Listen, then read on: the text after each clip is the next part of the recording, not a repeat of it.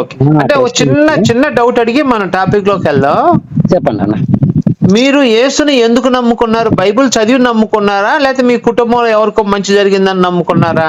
నేను మంచి జరిగిందని నమ్మలేదన్నా. నేను యేసుడు అంటే పరిశుద్ధుడు భూమి మీద లేడని నమ్ముకున్నా. మరి మీ నాన్న పరిశుద్ధుడు కాదా?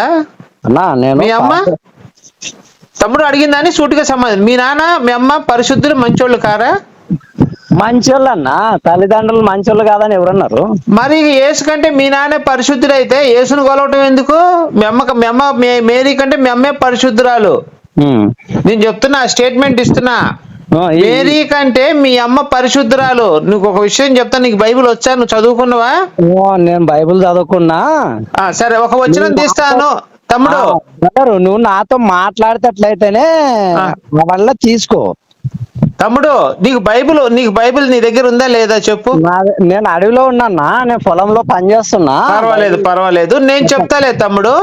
చెప్పండి. నీ కోసం నేను తీస్తాను బైబిల్, సరేనా? నువ్వు తీయద్దులే గాని, పాపం నేను ఇబ్బంది పెడతాను, నాకు ఇష్టం లేదు. చెప్పండి. ఒక్క నిమిషం లైన్ లో ఉండు తమ్ముడు. నేను బైబిల్ తీసి ఒక ప్రశ్న వేస్తాను, చెప్పండి. దానికి నీ అభిప్రాయం చెప్పు. మత్తయి సువార్త 1వ అధ్యాయము 18వ వచనం.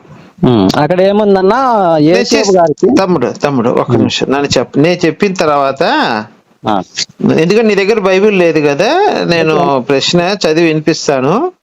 చెప్పండి. మత్తయి సువార్త 1వ అధ్యాయం 19వ వచనం.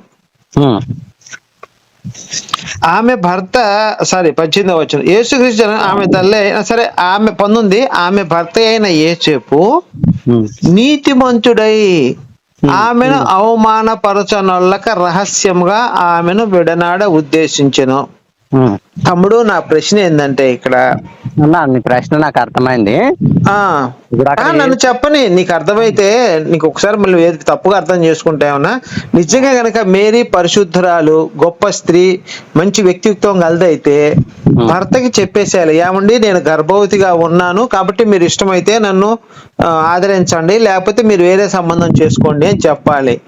ఈయన బయటకు వచ్చి నా భార్య గర్భం చేయించుకుంది కాబట్టి నేను వదిలేసేయాలి అనే ఆలోచన ఈయనకు వచ్చింది. ముందరే చెప్పుంటే, ఇప్పుడు సపోజ్ మీరే తీసుకోండి, మీకు పెళ్లి కాలేదు, రేపు పెళ్లి అయింది.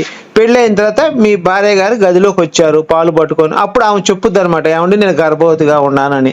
అప్పుడు మీరు పొద్దున ఏం చేస్తారు? బయట కూర్చొని ఆలోచిస్తారు, అదేంటి నా భార్య గర్భవతి ఏంటి, పెళ్లికి ముందు నాకు చెప్తే. ఫుల్ వీడియో కావాలంటే ఇక్కడ రౌండప్ చేశాను చూడండి.